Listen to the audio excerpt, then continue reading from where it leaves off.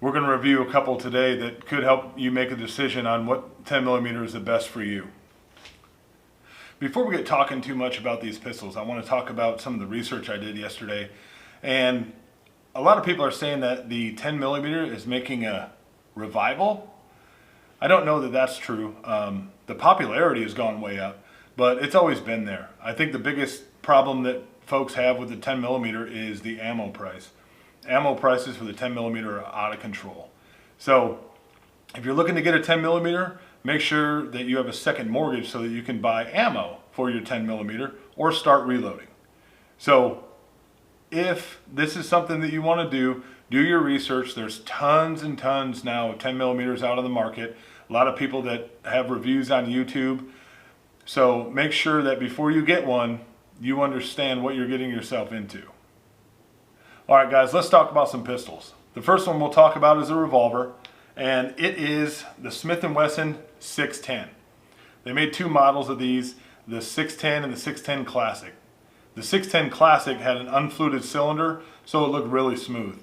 It came in several variations of the barrel length. This one here is a 6.5 inch barrel, 12 inches in overall length, and it is a fat girl at 3.125 pounds. But with that being said, it has a great personality, and loading it is pretty difficult. So when you load your 610, you get yourself a moon clip here, and you just start plugging your bullets in. See, it's tough. They make tools for this, by the way. I don't know where mine is, but I have one. It's more to unload it than it is to load it. So let's say you get your 6 rounds in there, you fire it good, and then you try to get them out. Whatever. So you try to get them out without the tool, and you sit there all day and you cut your fingers. So if you're going to get a 610, make sure you get the moon clip loading and unloading tool. Smith and Wesson is now actually reproducing those. They quit producing them for a while, and now they're back in. So if you're looking for a 10 millimeter revolver, that's the way I'd go. All right, we got the fat girl out of the way. Now let's talk about the prom queen. The prom queen is the Colt Delta Elite 10 millimeter in a stainless 1911. Great shooting gun, good personal defense gun. It's got a 5.03 inch barrel, 8+1 capacity, an overall length of 8.25 inches, and an empty weight of 2.4 pounds. So it's a great shooting gun, guys. It's a Colt. It's a 1911. They still mass produce those for right around $1,000. You can pick one up. The thing I like about the Colt Delta Elite is the accuracy of it. The accuracy and the trigger are second to none. It's a 1911 model, and it really does a good job. So if you're looking for a personal defense gun that you can shoot in your house, at burglars, you can shoot out at the range, you can shoot at animals, whatever you want to shoot at, that'll do it. Okay, now let's talk about the ugly stepsisters of the 10 millimeter.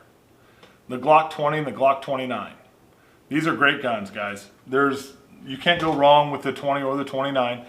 Both of them are 15+1 capacity. The 29 comes with, I believe it's 10 round mags. I don't even have those anymore. I just switched over and bought a couple 15 round mags to go with it.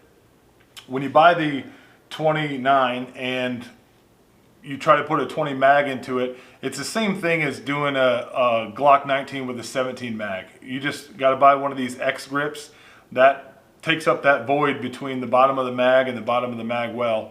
Plus it gives you 15 rounds, right? So who doesn't love 15 rounds? Because you're shooting, and you're still shooting, and you're still shooting, and you're empty. So I had to empty the mag somehow. I didn't want to put a loaded mag in this gun and people think that I'm unsafe or whatever. So when you put this in, okay, you see how it takes up that void right there?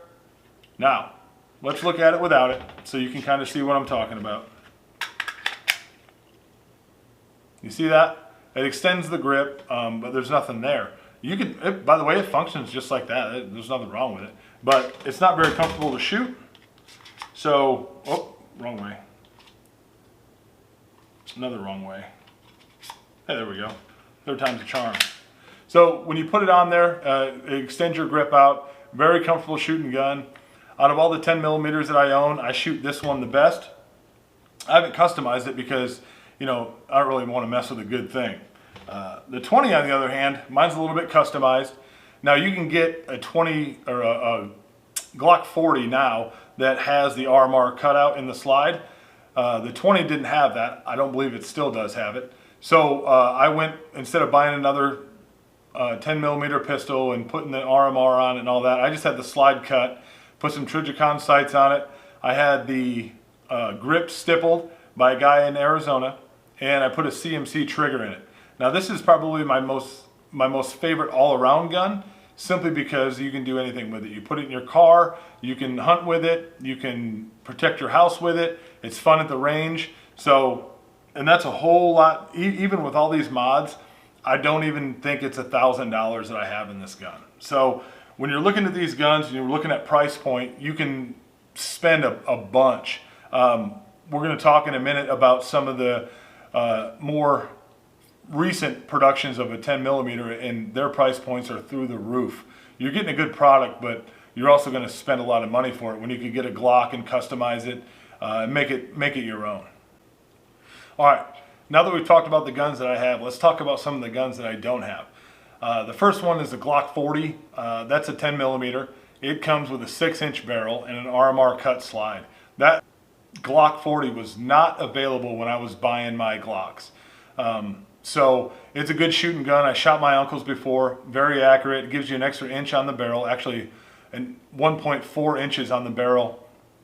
So it's a great hunting pistol, very durable, you know, Glock quality, won't jam on you.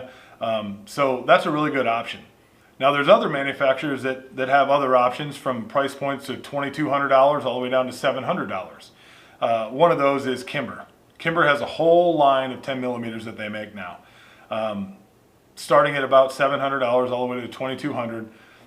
Some of them actually are RMR cut, some of them aren't. So if you're looking at a Kimber, or you shoot Kimbers, you like Kimbers, they make plenty of 10 millimeter options. They also make them in stainless and blued. You can get some other designs on them. But Kimber, good shooting gun. But like I said, that was not a Kimber was not available when I was buying my 10 millimeters. Springfield, they also make one. They make one in a 5 and a 6 inch. Their RMR ready 10 millimeters start at about $1,700. So pretty expensive for a 10 millimeter, especially when you can get a Delta Elite for $1,000. But like I said, it is RMR cut, ready for an RMR sight. And then the other one I looked at was the Remington Hunter. That's a 6-inch 10 millimeter. It does come with sights and all that. I don't think it's RMR cut though. And that one starts out at, I believe, $1,395. So there's a big price range that you can get into when you're getting into a 10 millimeter, just like any other gun. But guys, leave your comments in the comment section below. I want to hear about the 10 millimeters that you like, you don't like, that you shoot, the ones that you hunt with, the ones that are range guns for you. So please subscribe to the channel, leave us your comments, and thanks for watching.